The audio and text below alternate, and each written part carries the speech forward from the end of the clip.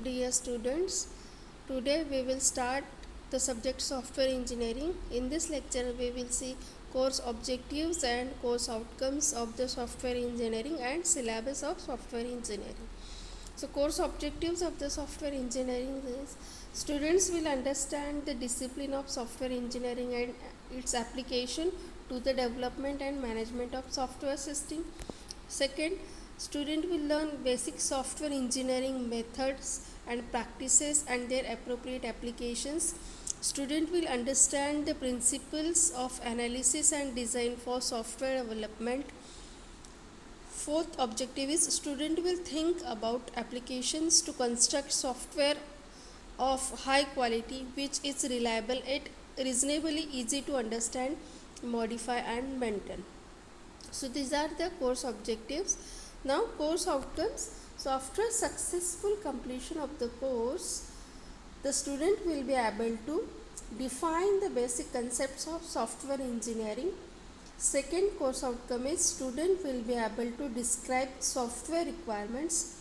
Student will be able to illustrate the design of software. Student will be able to test developed software for requirement validation. Students will be able to outline software project planning activities and schedule them for project executions. So we have 5 units for this subject. Unit 1 consists of introduction of software engineering. In this we will see what is software engineering, software characteristics, then software life cycles models. There are various life cycle model. We will see that life cycle model in unit 1. Unit 2 consists of software requirements, analysis and specification, in which we will see how we elicitate the requirements. We will see requirement elicitation techniques, requirement analysis techniques, and how should RSRA should be written. Then software design. Third unit is of software design. As after requirement phase, there is a software design phase. So we will see what is design and object modeling using UML. We will see various UML diagrams in software design.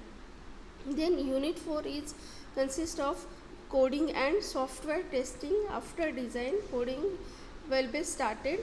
So the coding standards and what are the guidelines for the coding, we will see in the unit 4. And after that, testing. After coding, the testing should be done so that we can deliver a quality software to the customer.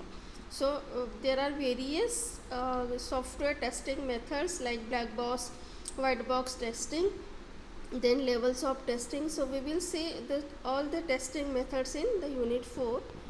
Unit 5 consists of software project planning and management. So in this we will see size estimation, cost estimation, COCOMO model, then CMM capability maturity model, ISO 9000.